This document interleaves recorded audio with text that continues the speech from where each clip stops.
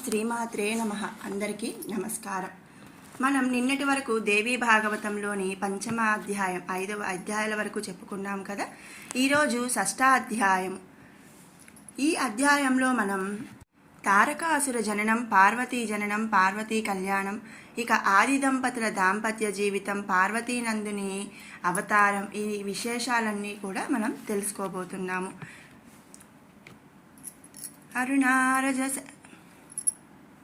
అరుణరణజాలైరంజిత సావకాశ విద్రుత జప పుటికా పుస్తకా భీతిహస్తా ఇతరవర కరాఢ్యా ఫుల్ల కల్హర సంస్థా నివసతు హృది బాలా నిత్య కళ్యాణశీల.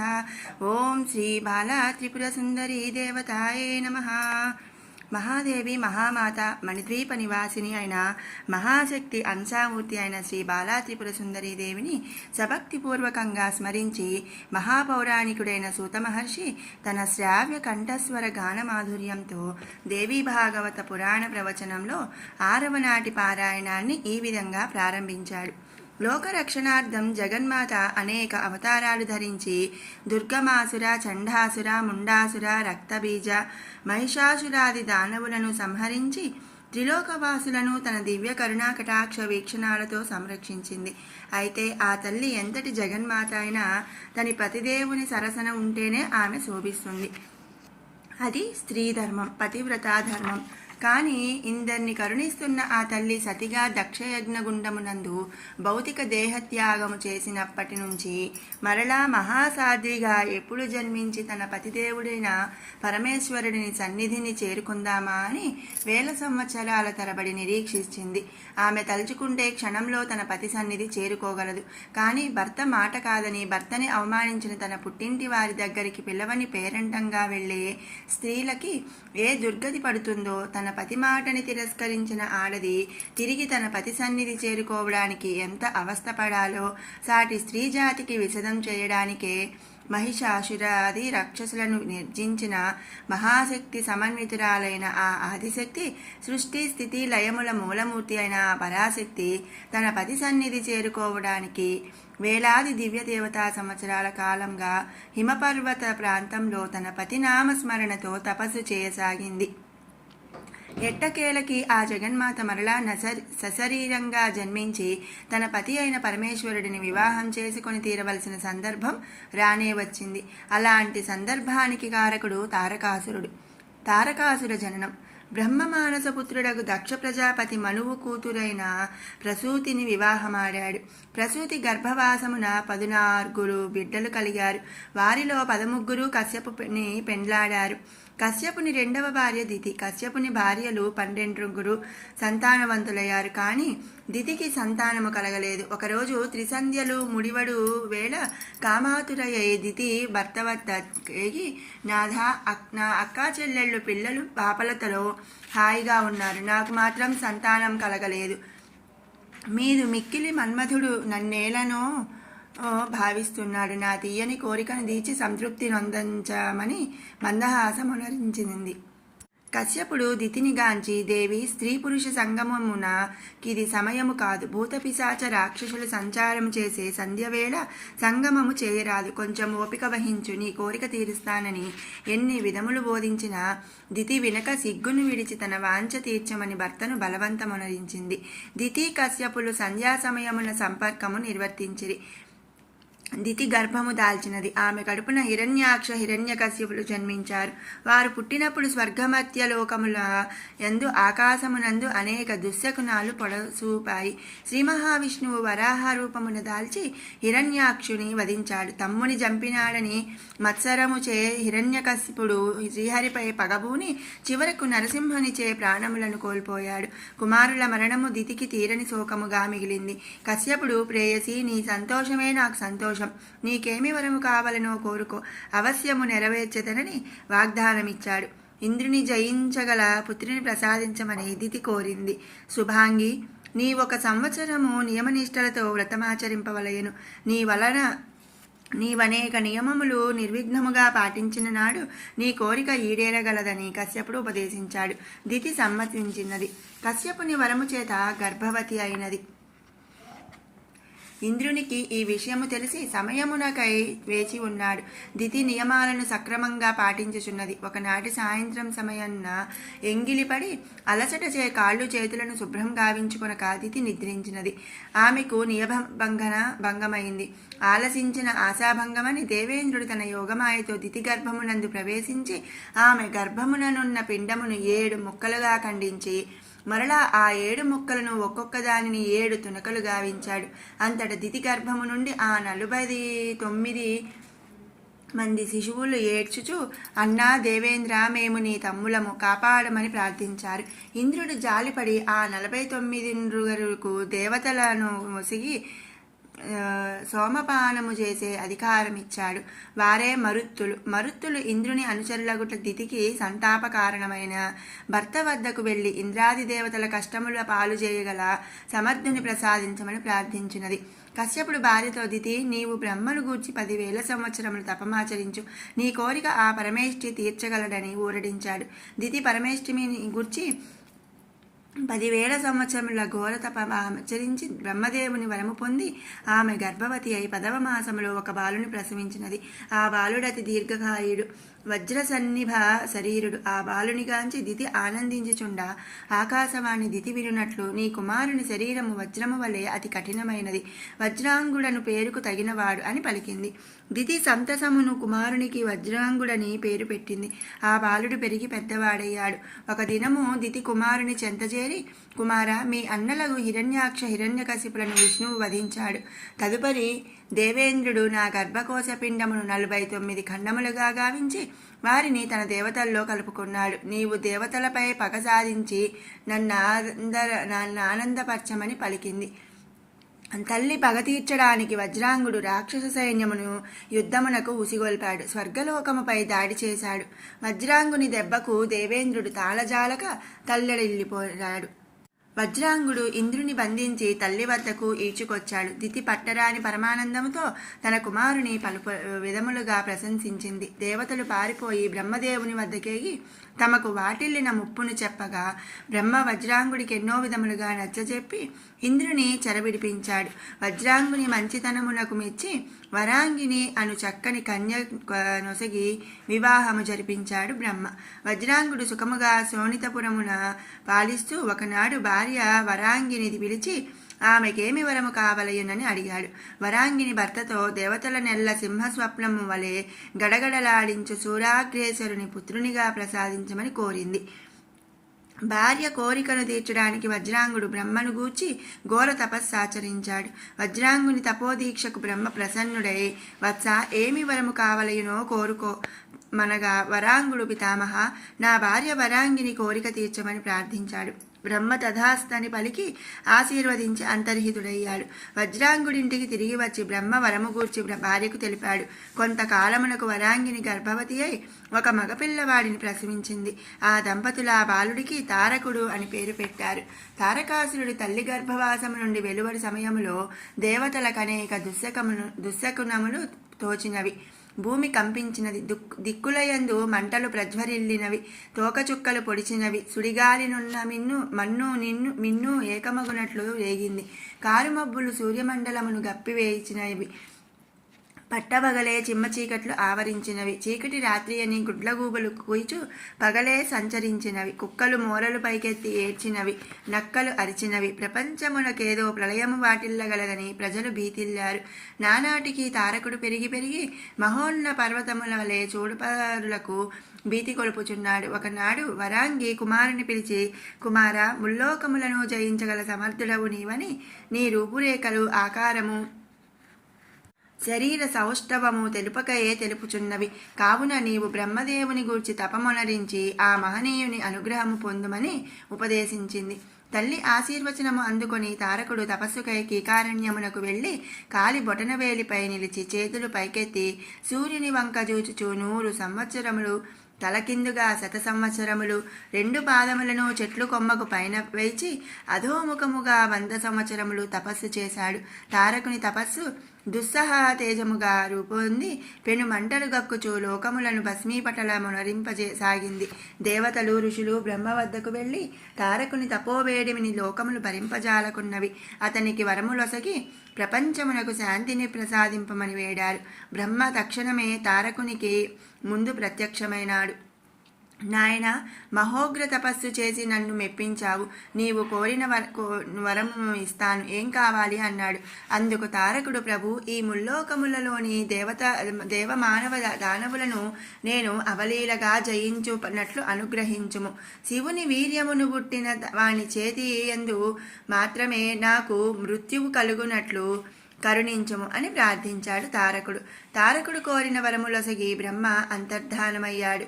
తారకుడు శోణితపురమునకు మరలి వచ్చి తల్లికి బ్రహ్మ ఒసగిన వరములను వివరించాడు. రాక్షస గురువైన శుక్రాచార్యులను రావించి దేవలోకముపై దండయాత్ర సలుపుటకొక శుభముహూర్తమును నిర్ణయించమని కోరాడు.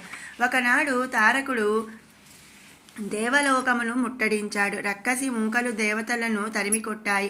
తారకాసురుడు దేవేంద్రుని సుధర్మపీఠము నధిష్ఠించాడు. కుబేరుని నవనిధులను తన వశమునరించుకున్నాడు. దేవలోకవాసులు నవరత్నములు దివ్యాంబరముల సమర్పించి జోహారులు చేశారు. తారకుని ప్రతాపము మిట్ట మధ్యాహ్నమున వెలుగొందు ప్రచండ మార్తాండుని వలె వెలుగుతున్నది. శోణితపురమునకు స్వర్గమత్య పాతాళ లోకముల పాలకులు సామంతులయ్యారు. గంధర్వులు సుప్రభాత వేళలో దానవేంద్రునకు మధుర గీతములతో మేలుకొలుపులు పాడసాగారు. రంభాది అప్సరసలు అతని సమక్షమున నాట్యమాడసాగారు. మునులు యజ్ఞ యాగాదులు ఆచరింపకూడదు, దేవతలకి హవిస్సులు ఇవ్వరాదు. దేవతలకి ఇది తీరని పరాభవముగా మారి బ్రహ్మదేవుని వద్దకేగి, మా గతి ఏమి, బానిసలవలేమేమింక ఎంతకాలం పడరాని ఇక్కట్లు పడవలెనని మొరపెట్టుకున్నారు. బ్రహ్మ వారి గోడు ఆలకించి, శివుడు బ్రహ్మచర్యమును వీడితే గాని అతనికి వీర్యము స్థలించదు, అతడు వివాహితుడు కావాలి అంటే జగన్మాత అతనిని వివాహమాడటానికి లోకాచారము ప్రకారం మరలా అవతరించాలి. కనుక దేవిని పుత్రికగా పొందగల అదృష్టవంతుని వెతికి అతడి ద్వారా దేవి అవతారమునకు ప్రయత్నించండి అని చెప్పాడు. అప్పుడు నారదుడు తలపంకించి, ఉన్నాడు కదా మన హిమవంతుడు, అతడు దేవీ భక్తుడు. అనేక దేవీ శక్తిపీఠములను తన పర్వత సీమలయందు భరిస్తూ నిత్యము ఆ శక్తిపీఠాలను సేవిస్తున్న అదృష్టవంతుడు. అతడు చిరకాలంగా సంతానం కోసం పరితపిస్తున్నాడు. నేను వెళ్ళి అతనిని కార్యోన్ముక్తుణ్ణి గావిస్తాను అని తెలిపి దేవతలను సంతోషపరిచి హిమాలయాలకు బయలుదేరాడు. హిమాలయాల పర్వతములకు రాజైన హిమవంతుడు తన అర్ధాంగి మేనకా సమేతముగా నారదునికి ఆర్ఘ్యపాద్యాదులు ఇచ్చి సత్కరించాడు. అనంతరం అతడు తన బాధ వెళ్ళబోసుకుంటూ, దేవమహర్షి, నేనిలా సంతానరహితునిగా కుమిలిపోవాల్సిందేనా? నా వంశము నిల్చు తరుణోపాయము ఏదైనా తెలుపరా అని ప్రార్థించాడు. నీ ఆవేదన గ్రహించి నీకు దివ్యోపదేశం చేయాలనే వచ్చాను హిమవంత. నాడు దక్షయజ్ఞ సమయంలో దేహ పరిత్యాగము చేసిన సతీదేవి నీ పర్వతసీమలయందు దివ్య రూపాన నివసించుచున్నది కదా. ఉయ్యాలలో బిడ్డనుంచుకొని ఊరంతా వెతికినట్లు ఆ తల్లిని నీ పర్వతరాజ్యసీమలో ఉంచుకొని తరుణోపాయాల కోసం అలమటిస్తూ విందుకయ్యా. ఆ జగన్మాతనే ప్రార్థించి ప్రసన్నం చేసుకో. నీకు పుత్రికగా పుట్టి నిన్ను నీ వంశమును తరింపజేయమని వేడుకో అని తెలిపాడు నారదుడు. హిమవంతుడు సంతసించి అప్పటికప్పుడు తపోదీక్ష వహించి శక్తిపీఠ ప్రాంతమునకు చేరి నియమనిష్టాగరిష్ఠుడై ఘోర తపమాచరించాడు. ఇలా అనేక సంవత్సరాల పాటు జరిగిన హిమవంతుని తపస్సుకు మెచ్చి దేవి ప్రత్యక్షమైంది. హిమవంతుని ప్రసన్నంగా చూచి, నాయన, నీ మనోభీష్టాన్ని గ్రహించాను. లోకహితము కోరి నీ వంశమున పుత్రికారూపమున అవతరిస్తాను, నిన్ను తరింపజేస్తాను, మనోవాంఛ ఫలసిద్ధిరస్తు అని ఆశీర్వదించి అదృశ్యరాలైంది మాత. హిమవంతుడు సంతోషానందభరితుడై దేవిని అనేక విధాలా స్తుతించాడు. పార్వతీదేవి జననం. హిమవంతునికి దేవి వరాలని ఇచ్చిందన్న శుభవార్త విన్న మహర్షులు ఆ దేవి ప్రీత్యర్థం భువనేశ్వరి మంత్ర జపయుక్తముగా అపూర్వమైన దేవీ యజ్ఞమును ప్రారంభించారు. ఆ యజ్ఞమలా నిరాఘాటముగా కొనసాగుతుండగా హిమవంతుడి అదృష్టమును బండి అతడి అర్ధాంగి మేనక గర్భవతి అయింది. ఈ శుభవార్త తెలిసి త్రిలోకవాసులు దేవి ఆగమనము ఆకాంక్షిస్తూ అనేక జపతప హోమాదులు గావించారు. హిమవంతుడు సువాసిని పూజలు జరిపించి సప్తఋషి పత్నులను ఉచిత రీతిన సత్కరించి వారి ఆశీస్సులు పొందాడు. ఇందరి ప్రార్థనలు, పూజలు, నోములు ఫలించి ఒక శుభదినమున దేవీ అంశ తేజోరూపము పూర్ణ గర్భవతి అయిన మేనక గర్భములో ప్రవేశించింది. ఆ మరుక్షణమే మేనక సుఖప్రసవమై నిండు చంద్రుని మోమును బోలు అద్భుత దివ్య సౌందర్య రాశి సర్వ శుభలక్షణ అయిన పుత్రికకు జన్మనిచ్చింది. పర్వతరాజపుత్రికగా జన్మించిన ఆ బాలికకు పార్వతి అని నామకరణం చేశారు. పార్వతి బాల్యము నుండి దేవీ ఆరాధన భక్తి తత్పరురాలైంది. ఆ బాలిక తన మందిరములో దేవీ విగ్రహమును ప్రతిష్ఠించుకొని ప్రతినిత్యం నియమనిష్టలతో ఆ జగన్మాతని ఆరాధించసాగింది. ఆమె భక్తి తత్పరతకు తల్లి తండ్రులు ఎంతగానో సంతసించి ఆమెకి అంతఃపుర మందిరములోనే సకల విద్యలు బోధించడానికి గురువులను నియమించారు. పార్వతి ఏకసందాగ్రాహి. గురుదేవులు బోధించే ఏ విద్యారహస్యమునైనా ఒక్కసారి విన్నంతనే వంటబట్టించుకొని గురువులకే మరలా వాటిని బోధిస్తూ తానే వారిని ప్రశ్నిస్తూ తానే జవాబులిస్తూ ఆ గురువులకే జ్ఞానబోధ చేస్తుండేది. అవిద్య అనగా ఏమిటి? విద్యను ఆవరించుకొని ఉన్న మాయయే అవిద్య. ఆత్మజ్ఞానము చేత తొలగించుకుంటే విద్యాజ్ఞానము ప్రకాశించును. మాయా అనగానేమి? జీవిలో ఉన్న జ్యోతిస్వరూప పరబ్రహ్మమును అంటిపెట్టుకొని ఉన్న నీడయే మాయ. ఆ చీకటి తెరను ఛేదించిన మిగిలినది పరబ్రహ్మము. పరబ్రహ్మము అనగా ప్రతి జీవి అందు ఆత్మజ్యోతి స్వరూపముగా వసించుచున్న శక్తి ఏదైతే ఉన్నదో ఆ శక్తే ఈ విశ్వమంతటా తానే అయి విరాజిల్లుతున్నది. ఆ పరబ్రహ్మమునందలి పరమాణు రూపములే ఈ చతుర్దశ భువనములు, అందున్న సకల చరాచర జీవకోటులు. ఆ పరబ్రహ్మ సంకల్పం ఫలితమే ఈ సృష్టి.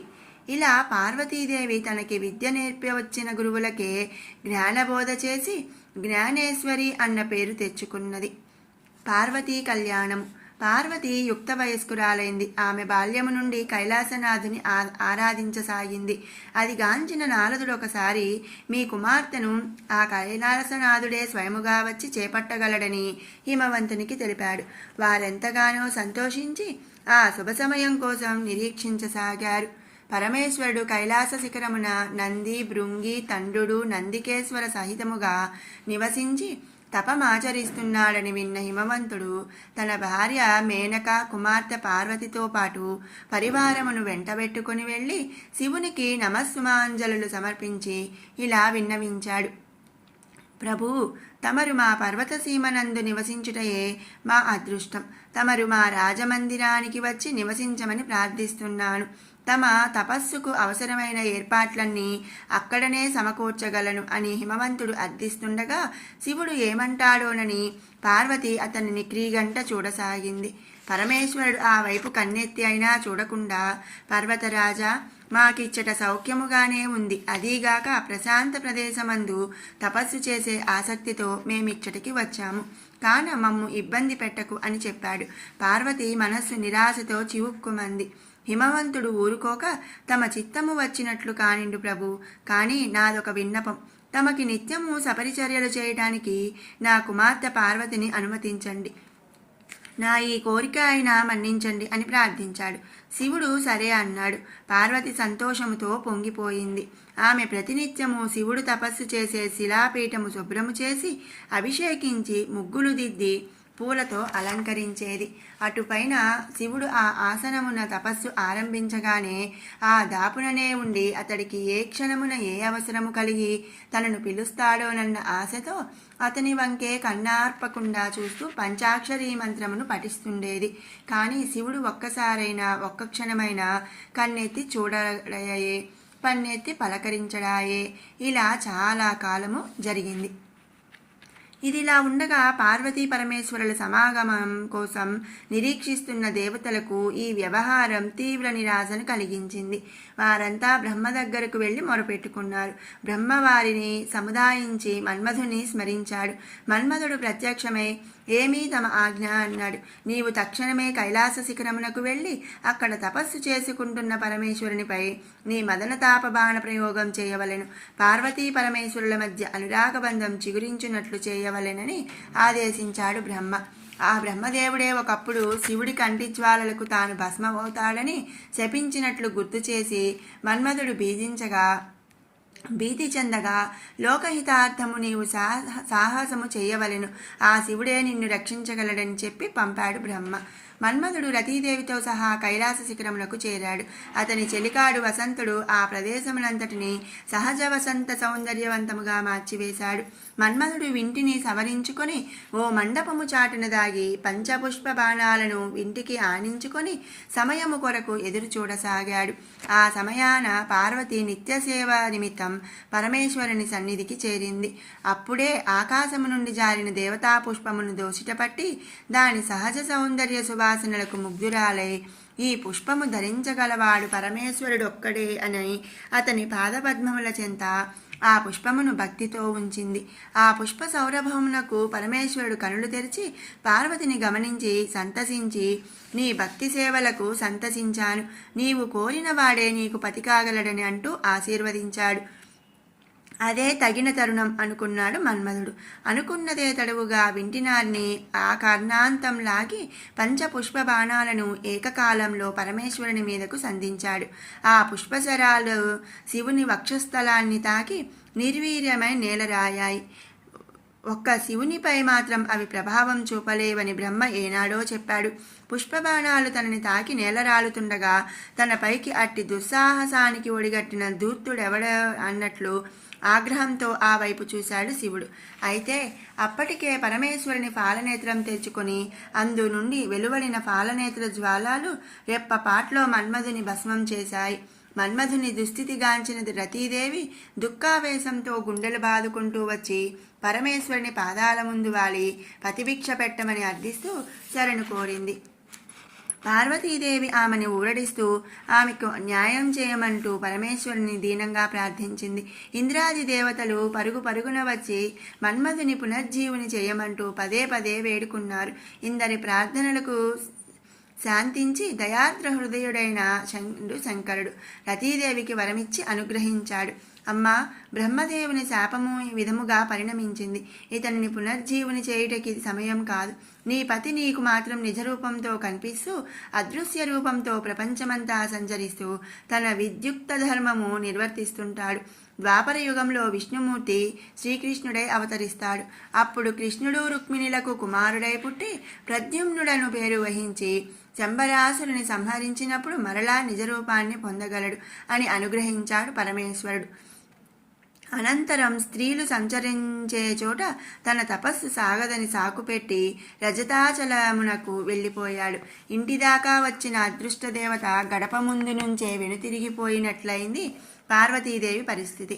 కోరినవాడే భర్త కాగలడని అభయమిచ్చిన శంకరుడు స్త్రీ సంచారమే భరించలేనంటూ వెండికొండకు వెళ్ళిపోయేసరికి పార్వతి కిన్నురాలై ఏ విధముగానైనా పరమేశ్వరుని మెప్పించి ఒప్పించి పతిగా పడయవలెనన్న పట్టుదలతో పట్టు వస్త్రాలను స్వర్ణాభరణాలను విసర్జించి నారచీరలు కట్టి పరమేశ్వర అనుగ్రహం కోరి తపస్సారంభించింది.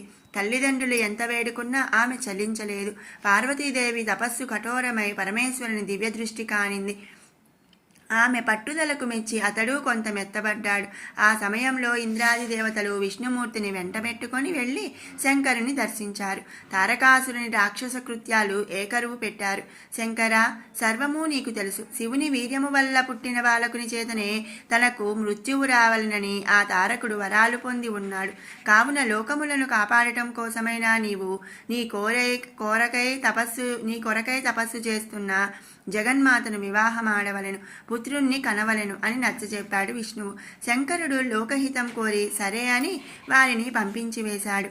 అనంతరం శివుడు మనస్సులో స్మరించగానే సప్తఋషులు అరుంధతి అచట ప్రత్యక్షమయ్యారు. శంకరుడు వారికి విషయం తెలిపి, పర్వతరాజు పుత్రికతో మా వివాహం నిశ్చయించుటకు మీరే తగినవారు, కావున సంబంధం కలుపుటకు రాయభారం చేయండి అని కోరాడు. వారు మిక్కిలి సంతసించి తక్షణమే బయలుదేరి వెళ్లారు. ఈలోగా పరమేశ్వరుడు తన హృదయేశ్వరి అంతర్యం తెలుసుకోవడానికి పండు వృద్ధిని వలె మారి పార్వతి తపస్సు చేస్తున్న చోటికి వెళ్ళాడు. తాను పరమేశ్వరుని పతిగా పొందగోరి తపస్సు చేస్తున్నట్లు తెలిపింది పార్వతి. ఆ శ్మశాన కాపరినా నీవు వరించినది.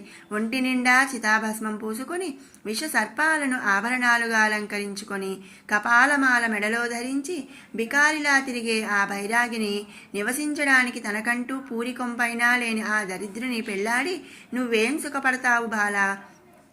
శంకరుడు నీకు తగిన వాడెలా అవుతాడు? మరోసారి ఆలోచించుకో. శంకరుడి నీకు తగిన వాడెలా అవుతాడు? మరోసారి ఆలోచించుకో అన్నాడు కపట వృద్ధుడు. స్వామి ఆగ్రహావేశాలతో గద్దించింది పార్వతి. శంకరుని నిందించిన ఆ కపట వృద్ధుని మీద కోపిస్తూ జీవుల మీద కారుణ్యం చేత కాలిన వారి చితాభస్మాన్ని దేహానికి పూసుకునే దేవుడు నా ప్రభువు.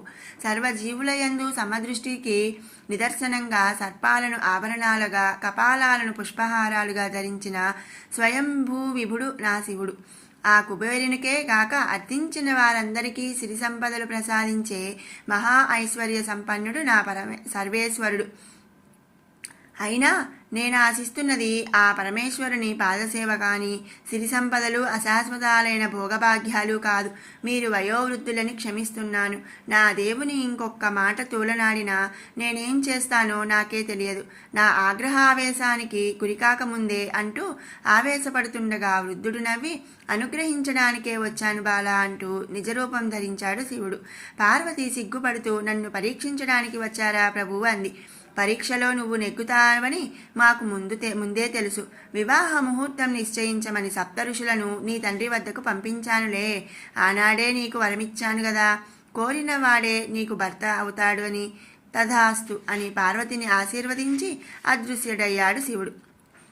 అక్కడ రాజమందిరంలో హిమవంతుని కలిసిన సప్తఋషులు పార్వతీ పరమేశ్వరుల వివాహం లోకశుభంకరం అవుతుందని, వారి దాంపత్యం ముల్లోకాలకు ఆదర్శప్రాయమవుతుందని పలికి సంబంధం నిశ్చయించి హిమవంతుని ప్రార్థన మేరకు వివాహ ముహూర్తాన్ని కూడా నిర్ణయించారు.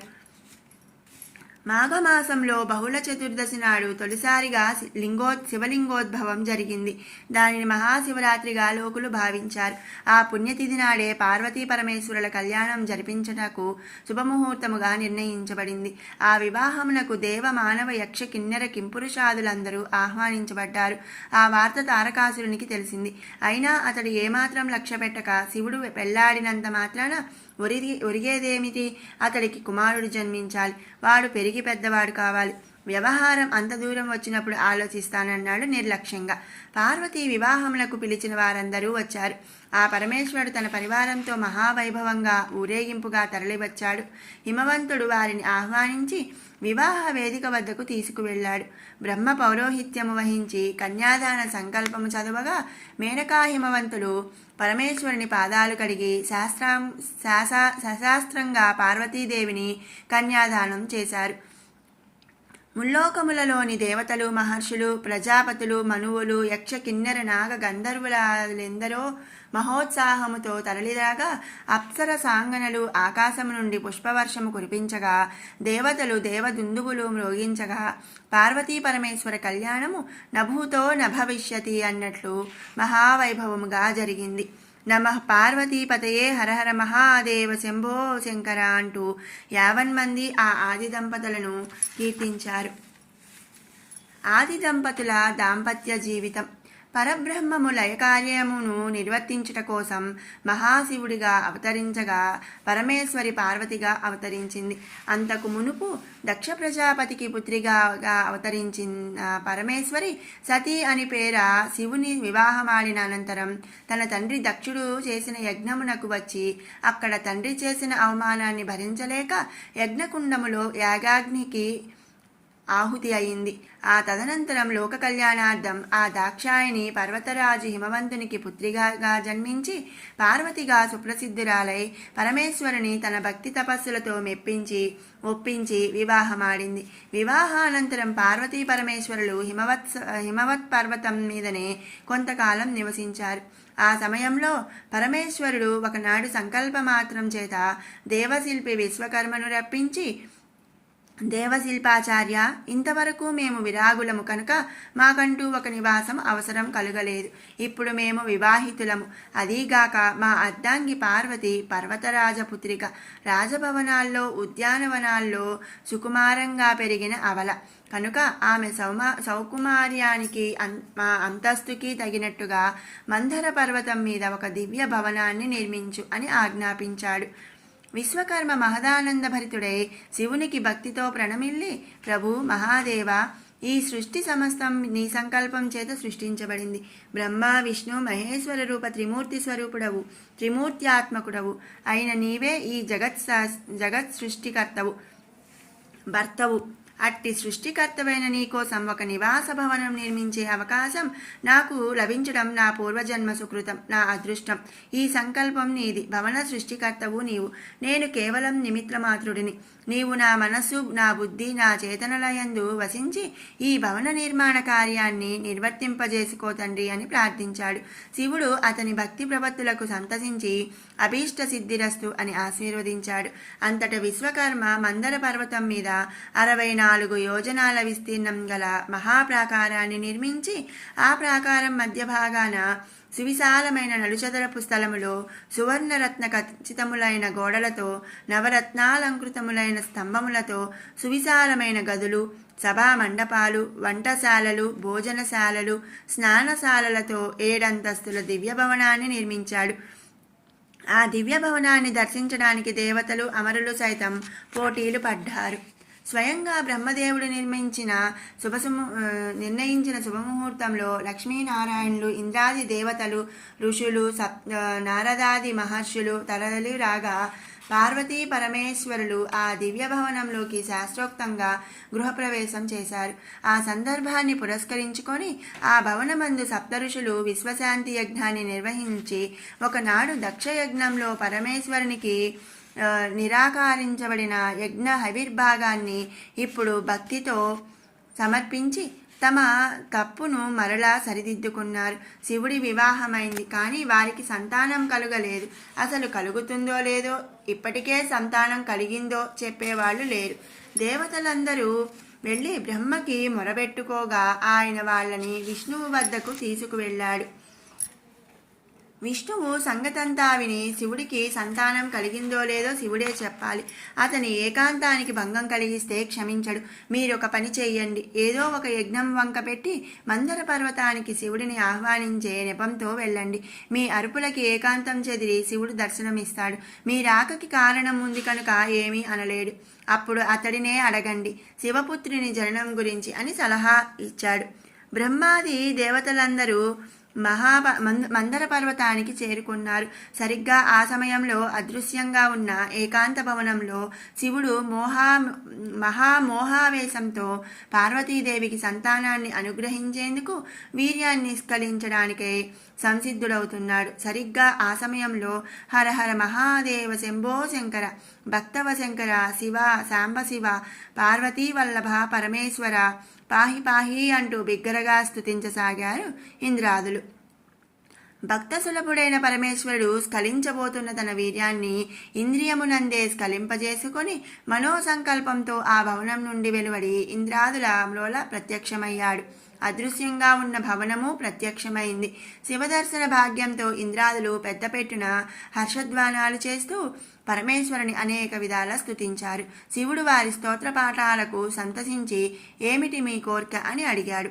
నీకు తెలియదా సాంబశివ, ఆ తారకుని దారుణాలు సహించలేకపోతున్నాం. వాడిని అంతమొందించగల శివకుమారుడు ఎప్పుడు జన్మిస్తాడో తెలుసుకోవడానికి వచ్చాం అని విన్నవించుకుంటాడు దేవేంద్రుడు. అదే సమయంలో పరమేశ్వరుడు రేతస్సు ద్వారా తనకి సంతాన భాగ్యాన్ని అనుగ్రహించబోతున్న తరుణంలో అకస్మాత్తుగా దాపురించిన విఘ్నం ఏమిటో తెలుసుకోవడానికి భవనంలో నుండి బయటకు వచ్చిన పార్వతి ఆ మాటలు విని కంపితురాలై, మీరా, నాకు సంతాన భాగ్యాన్ని దక్కకుండా అడ్డుపడిన విఘ్నశక్తులు మీరా? ఓ ఇంద్రాది దేవతలారా, నాకు మాతృత్వాన్ని దూరం చేసిన మీకు ఎవరికీ సంతానం కలగకుండగాక, ఇది నా శాపం అంటూ ఆవేశంతో శపించింది. పార్వతీదేవి శాపాన్ని విన్న ఇంద్రాదులు భయంతో హాహాకారాలు చేశారు. బ్రహ్మ నెమ్మదైన స్వరంతో పార్వతిని శాంతింపజేస్తూ, అమ్మా జగదీశ్వరి, అమ్మలగన్న అమ్మవి, మేమంతా నీ బిడ్డలము కామా తల్లి. బిడ్డల మీద తల్లికి ఆగ్రహం తగునా? అమ్మా, నీకు సంతానము ఎప్పుడు కలుగుతుందో తెలుసుకోవడానికి వచ్చిన మమ్మల్ని సంతానహీనులుగా శపించడం నీ వంటి కరుణామయికి తగునా? అమ్మా జగజ్జనని, మా తప్పులు సైరించు తల్లివి నీవుగాక మమ్మల్ని మరెవరు కనికరిస్తారు? మా మొరలు ఆలకించు. నీ శాపాన్ని ఉపసంహరించుకొని మాకు తరుణోపాయాన్ని అనుగ్రహించు అని ప్రార్థించాడు. పరమేశ్వరి శాంతించి, నాయనా చతుర్ముఖ, కారణము లేని కార్యముండదు. నా శాపం అనివార్యం. అయినా మీ అంశలతో పరులకు సంతానం కలిగేలా వరాన్ని అనుగ్రహిస్తున్నాను. ఇలా జన్మించిన వారు మీ సంతానముగానే ప్రసిద్ధి చెందుతారు అని వరాన్ని అనుగ్రహించింది. బ్రహ్మాది దేవతలు వినమ్రులై మాతకు అంజలి ఘటించారు. అనంతరం పరమేశ్వరుడు దేవతలను సముదాయిస్తూ, బ్రహ్మాది దేవతలారా, పరబ్రహ్మము నుండి అవతరించిన పరమేశ్వరుడినైన నేను 100 దివ్య సంవత్సరములకు ఒక్కసారి మాత్రమే నా రేతస్సును స్ఖలింపజేస్తాను. యుగమునకు ఒక్కసారి మాత్రమే నా అర్ధాంగికి గర్భధారణ జరిగేలా సంకల్పిస్తాను. అట్టి సత్సంకల్పంతో పార్వతికి గర్భధారణ జరిగేలా నా దివ్య రేతస్సును స్ఖలింపజేయబోతున్న తరుణాన మీ ఆర్తనాదాలు వినిపించాయి. రేతస్కంబన జరిగింది. మీ అసంకల్పిత విఘ్నదోషం వలన పరమేశ్వరి గర్భధారణ అదృష్టాన్ని కోల్పోయింది. ఆ ఆవేదనలతోటే మిమ్మల్ని శపించింది. కనుక మీరు వెళ్ళి లోకశాంతి కోసం 100 దివ్య సంవత్సరముల పాటు శాంతి మహాయజ్ఞాన్ని చేయండి. ఆ తర్వాతే తారకునికి మారకుడు జన్మిస్తాడు. అంతవరకు మీకు తారకుని బాధలు తప్పవు అని తెలియపరిచాడు శివుడు. బ్రహ్మాది దేవతలు చేయునది లేక పార్వతీ పరమేశ్వరులకు మరొక్క మారు నమస్కరించి తిరుగు ప్రయాణమయ్యారు. తనకి మాతృత్వ భాగ్యం దూరమైనందుకు విచారిస్తూ పార్వతీ భవనంలోకి వెళ్ళిపోయింది. పార్వతీనందుని అవతరణం. ప్రకృతి సహజ సిద్ధమైన స్త్రీ స్వభావం చేత పార్వతీదేవి తనకి మాతృమూర్తి అయ్యే అదృష్టం దూరమైనందుకు లోపలే చింతిస్తూ ఆ సమయాన తాను ఋతుస్నాత అయినందున ఋతుస్నానం చేయడానికి స్నానమందిరంలో ప్రవేశించి అభ్యంగన స్నానం ఆచరించడానికి పసుపుతో ఒంటికి నలుగు పెట్టుకోసాగింది. ఆ సమయంలో పరమేశ్వరుడు కూడా పార్వతీదేవికి తన వల్ల జరిగిన ఆశాభంగం గురించి విచారిస్తూ అర్ధాంగి పట్ల జాలిని మోహాన్ని చెందుతూ అర్ధాంగితో తాను గడిపిన రాసలీలా క్రీడయందు ఆసక్తుడు కాగా ఆ మోహామృతము స్రవించి భూమాత వైపు ప్రవహించింది. భూదేవి తక్షణం శివుని అమోఘమైన ఆ మోహామృతాన్ని తనలో విలీనం చేసుకుంది. ఆ సంగతి గ్రహించిన పరమేశ్వరుడు భూమిపై తన మోహామృతం ప్రవహించిన ప్రదేశంలోని మట్టిని చేతులతో తీసి ముద్ద చేసి ఆ మట్టి ముద్దకి చతుర్భుజాలు, కాళ్ళు, ముఖము, శరీరం కల్పించి చక్కటి ఆకారంగా తీర్చిదిద్దాడు. ఆ సమయానికి పార్వతీదేవి స్నానం ముగించుకొని అక్కడికి వచ్చి శివుని చేతుల్లో ఉన్న మట్టి బొమ్మను చూసింది. ఆ బొమ్మకి ప్రాణం లేదన్న మాటే గాని సజీవ రూపంలా జీవం ఉట్టిపడుతోంది. పార్వతి ఆ బొమ్మను చూసి సజీవుడేనని భ్రాంతి చెంది, ఎవరి పుత్రుడు వీడు అని అడిగింది. నీ పుత్రుడే అంటూ పరమేశ్వరుడు ఆ బొమ్మను పార్వతి దోసిళ్లలో పెట్టాడు. పసుపుతో అభ్యంగన స్నానం చేసిన పార్వతి తన పసుపు చేతులతో ఆ మట్టి బొమ్మను ఆపాదమస్తకం ప్రేమతో నిమురుతుండగా ఆమె చేతులకి ఉన్న పసుపు ఆ బొమ్మకి అంటి బొమ్మ పసుపు మిళితమైన సువర్ణ దేహఛాయతో మెరిసిపోయింది. పార్వతి పుత్ర వ్యామోహం చేత ఆ బొమ్మ సజీవుడేనని భ్రమిస్తూ నాయనా పుత్ర అని పలకరిస్తూ పరవశంతో బొమ్మని తన గుండెలకి హత్తుకుంది. ఆ స్పర్శ మాత్రం చేతనే జగన్మాత పాలిండ్ల నుండి క్షీరధారలు స్రవించాయి. అది గ్రహించిన ఈశ్వరుడు తన సంకల్పం చేతనే ఆ క్షణంలోనే ఆ బొమ్మకి జీవం ప్రసాదించాడు. అంతే, బొమ్మ బాలుడై అవతరించి కేరుమన్నాడు. బిడ్డ ఏడుపు ఆపడానికి, ఆకలి తీర్చడానికి పరమేశ్వరి తన పాలిండ్లను చేపింది. బిడ్డకి పాలు తాగిస్తూ తాను మాతృత్వ మమకారంతో తనివి తీరింది జగదీశ్వరి. అలా అవతరించాడు ఈశ్వరపుత్రుడు. ఈశ్వరాంశ సంభూతుడు విఘ్నేశ్వరుడు. డమరుకాలు, భేరీలు, శంఖాలు, తప్పెట్లు, తాళాలు, మంగళ తూర్యనాదాలు వాటంతట అవే మ్రోగుతూ పార్వతీనందనుని అవతారాన్ని స్వాగతించాయి. ఆ సంగీత ధ్వనులు త్రిలోక పర్యంతం ప్రతిధ్వనించాయి. సత్యలోకంలో ఆసీనుడై ఉన్న బ్రహ్మదేవుడు దేవదుందుగులు ధ్వనులు ఆలకిస్తూ ఏం జరిగిందో తెలుసుకోవడానికి తన దివ్య దృష్టిని సారించాడు. పృథ్వీతత్వం సర్వవ్యాపకుడైన విష్ణువుకి సంకేతం. సర్వ జగత్తుకు పోషకుడు విష్ణువు. అట్లే ముల్లోకాలలోనూ విష్ణువు లేని చోటంటూ ఉండదు. అలాగే పృథ్వీ కూడా సర్వవ్యాపకత్వ లక్షణం కలిగి ఉంది. అంటే ఆ కారణామ విశేషాల్లో భేదాలు తేడాలు కనిపిస్తున్నా రెండింటి తత్వం ఒకటే, అది సర్వవ్యాపకత్వం, సర్వపోషకత్వం. అట్టి విష్ణుతత్వం గల పృథ్వీతో శివుని మోహామృతం చేరి ఆ సంయోగ మృత్తిక అంటే మట్టి, ఆ మట్టిలోంచి విష్ణు శివాంశల రూపంతో అయోనిజుడై అవతరించాడు విఘ్నేశ్వరుడు. అతడు సహజ జన్ముడు కాడు, కారణ జన్ముడు, అంతకన్నా కాడు. ప్రకృతి స్వరూపం విష్ణువు, పురుష స్వరూపం ఈశ్వరుడు. ఈ రెండు స్వరూపాలకి మూలం విశ్వవ్యాపమైన ప్రణవనాదం ఓంకారం.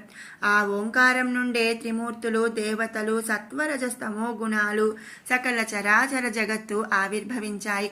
అంటే విడివిడిగా కనిపిస్తున్న ప్రకృతి పురుషులు అంటే విష్ణువు ఈశ్వరులు ఏకమైతే ఏర్పడేది విశ్వకారకమైన విశ్వవ్యాపకమైన ఏకైక ప్రణవ స్వరూపం. అలా విష్ణు శివ కలయిక చేత అవతరించిన వాడు విఘ్నేశ్వరుడు. అంటే ప్రకృతి పురుషుల ఏకస్వరూపమైన ప్రణవ స్వరూపుడు. అంటే ప్రకృతి పురుషులకి పూర్వమే ఉద్భవించిన విశ్వవ్యాప్త ఏకైక ప్రణవ స్వరూపుడే విఘ్నేశ్వరుడు. ఇతడు ఆది పురుషుడు, సర్వవ్యాపకుడు. ఇలా బ్రహ్మ తన దివ్య దృష్టి చేత విఘ్నేశ్వర అవతారాన్ని గ్రహించాడు. మరుక్షణం వేదాలు వల్లించే అతని చతుర్ముఖ వాక్స్థానాల నుండి విఘ్నేశ్వరుని గుణగణాలను కీర్తిస్తూ శ్లోకం వెలువడింది. శుక్లాంబరధరం విష్ణుం శశివర్ణం చతుర్భుజం ప్రసన్నవదనం ధ్యాయేత్ సర్వ విఘ్నోపశాంతయే. విష్ణు అంటే సర్వవ్యాపకత్వానికి ప్రత్యామ్నాయ పదం కనుక విష్ణు అనే పదాన్ని సర్వవ్యాపకుడైన వినాయకుడికి ప్రత్యామ్నాయంగా ప్రవేశించాడు బ్రహ్మ. అంతేకాదు, ప్రసన్నవదనంతో విష్ణు స్వరూపంగా అవతరించిన వినాయకుడిని ధ్యానిస్తే సర్వ విఘ్నాలు శాంతిస్తాయంటూ తనకి తెలియకుండానే గౌరీనందనునికి విఘ్నాధిపత్యాన్ని కట్టబెట్టేశాడు బ్రహ్మ. అలా ప్రస్తుతించగానే అంతరిక్షం నుండి తథాస్తు తథాస్తు అని ఆశీర్వదిస్తూ తథాస్తు దేవతలు గౌరీనందనుని మీద పుష్పవర్షం కురిపించారు. తన కుమారుని మీద అంతరిక్షం నుండి అఖండ వృష్టిలా పుష్పవర్షం కురుస్తుందే.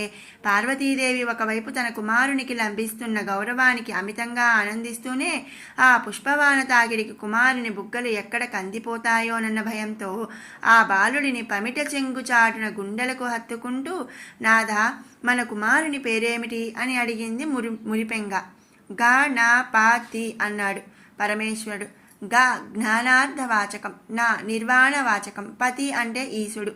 జ్ఞానార్థము నిర్వాణార్థము చెప్పేదేమిటంటే ఈ రెండూ కలిసి పరబ్రహ్మ. గా నా రెండింటికి ఏకైక ఈశుడు పతి అయినవాడే పరబ్రహ్మ. కనుక గణపతి అంటే పరబ్రహ్మ.